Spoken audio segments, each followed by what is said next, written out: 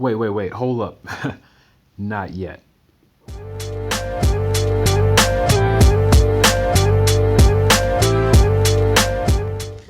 Alright guys, today I'm going to go ahead and start dropping out the engine and the transmission out of the Boxster. I've already done some of the prep work as far as taking off the bumper, exhaust, and some other things. So hopefully that won't eat up too much time while you guys take a look at how this is done. I've already went ahead and lifted up the vehicle about 28 inches off the ground using wood box cribbing. I'll go ahead and do a segment or part of a video on that. But it's pretty sturdy, and also have jack stands to support just in case as far as backup. So let's go ahead and get started.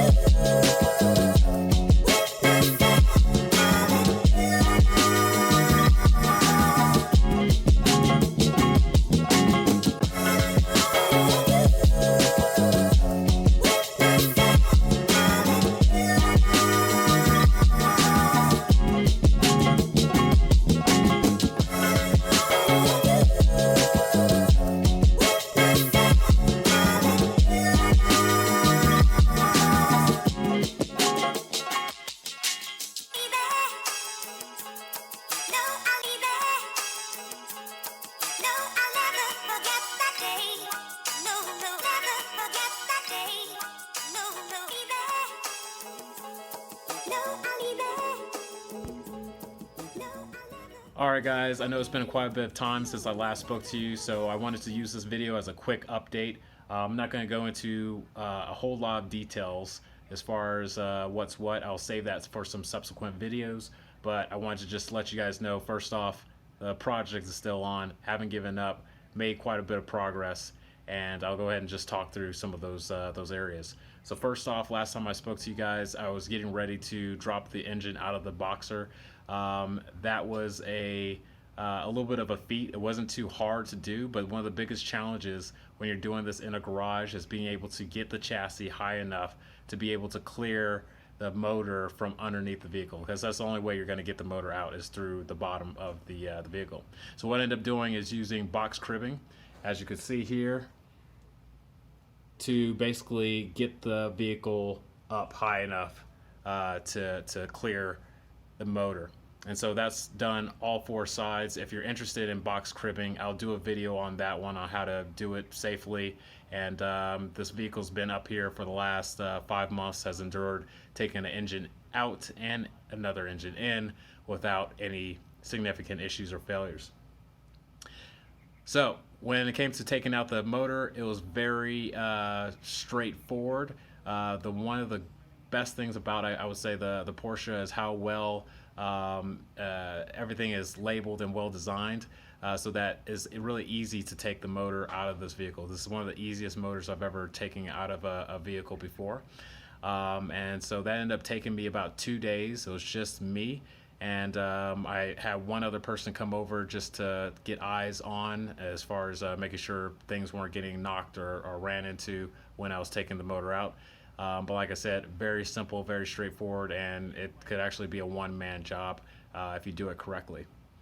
So after the motor was out of the vehicle, I went ahead and did some electrical work on the 1.8 liter turbo to figure out exactly where everything went as far as the engine wiring harness, because I'm not as familiar with that motor and where everything goes, because when I received the motor, it was a junkyard motor. So I had to kind of figure out exactly what went where and repair any types of issues that I had on the harness that I acquired. After I did that, fast forward a couple months, I went ahead and took that engine harness and sent it over to the TDC shop out of New York. Turbo Dave, as he's called over there, is used to dealing with putting in 1.8 liter turbos into different chassis and platforms, and so he was able to set up a wiring harness for me and get it all labeled up and sent back over, and I was in good shape. So with that in hand, along with the motor out of the car, I went ahead and made it up the flywheel and pressure plate and clutch onto the 1.8 liter turbo. Did a transmission fluid change on the Porsche transmission, got it all mated up, and then a couple buddies and I went and took the motor, cleared it through the back, and lifted it up using a hydraulic cart to get it into position. It was then secured with a basically kind of an overhead engine stand that just holds the motor in place long enough for me to get the transmission on the transmission mounts. That kind of gave the stability as far as from left to right, and then brought in a welder to get a custom mount, front engine mount welded up that basically interfaces with the stock Porsche front mount and bolts up, and pretty much I'm in good shape. The next steps after that was just getting some of the electrical wiring harness and everything wired through the trunk and figuring out how that's going to go ahead and integrate into the Porsche system. So I think I made some pretty good progress on that. It still looks like a bit of a rat's nest, but I know where everything is because it's all labeled. It's just a matter of finalizing it when I get the motor started. So with getting the motor started, I have the fuel set up. I have the ECU running. I'm getting the buzzing from the drive-by throttle. We're all in good shape. The only thing I'm missing right now is radiator hoses to tie in the fluids with the stock cooling system in the Porsche. And so once I get that done, I'm going to be confident enough to go ahead and start the motor up, because, as you know, you're going to need probably a good 20 minutes just to break it in, and don't want it overheating or having issues when that's happening, just to make sure that the piston rings and seals and everything are set properly. So keep following along. I know it's been some time. Stick with me. It'll be probably another week and I'll get another video out. If there's any specific thing that you want me to review and have a greater conversation on, let me know. I'll make a video on it. The first one up probably will be the box cribbing, to show you guys how that's all working, and then I'll maybe have another one on the motor mount. So until then, feel free to like, subscribe, and share, and I'll catch you guys in the next video.